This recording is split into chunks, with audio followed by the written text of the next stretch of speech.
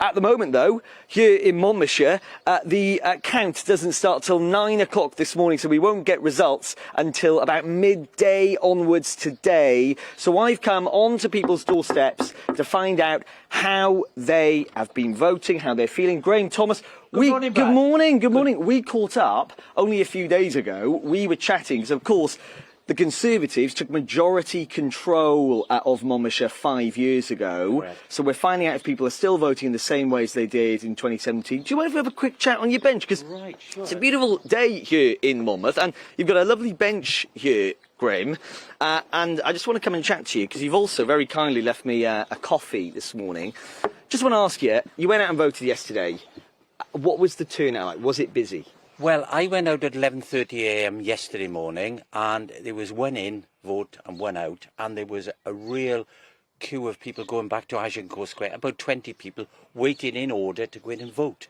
See, that's really interesting. I was chatting to a woman called Kate earlier who said it was really quiet at about 5 o'clock in the evening. People must be going out in the morning then. Right. Can I ask you, though, 5 years the Tories have taken majority control of Monmouthshire. Is it 5 years well spent, do you think?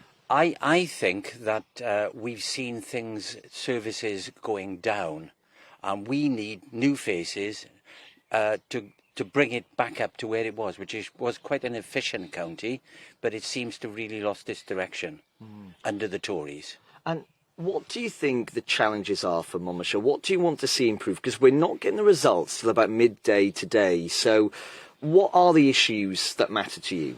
Well, they're talking about closing the local ambulance station, and public transport in Monmouth town is awful. They need to up the bus services, because of course we lost the train services years ago. I know they're not going to bring those back, but we need good links for cars, public transport links. I was chatting again to Kate, the coffee shop owner, who says she wants consistency. That's why she voted for the Conservatives again. But what's interesting about you, Grahame, is that you voted Tory in 2017 and you've changed your mind now. I've now voted. There were 4 candidates in this election. There was the Tory, there was Labour, there was Green, and there was an independent candidate, who was David Cummings, who I voted for, because he ran our Chamber of Trade for a number of years, and he was really good, and you saw the influence he made on the town of Monmouth. So in the political sphere, I think he's going to be a good guy to be in place. And are you surprised by the turnout that you saw yesterday? Because there was a lot of speculation that not many people were going to come out and vote. It was going to be quite quiet. But actually, you saw queues. It was really busy. And also, to counter that good turnout, I found out there was a 20% postal vote. And of course, this is an effect of COVID. So already it was only 80% of the people.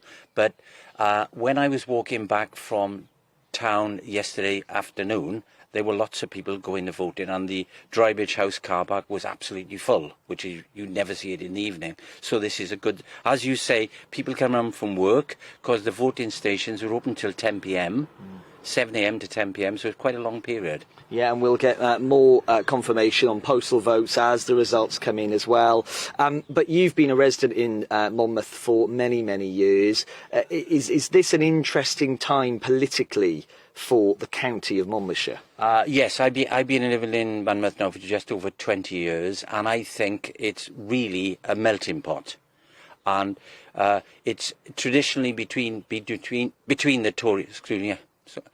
It's early. It's early. Traditionally, it's between the Tories and Labour, but now the good news is that we've got Green candidates and independent candidates, and I think this is what's needed to give a fresh look at how things are going, because Monmouth is a big county but a very low population. And there's obviously problems with that in the communications, and as I mentioned earlier, Brad, public transport is critical. Well, Grahame, really interesting to hear your thoughts.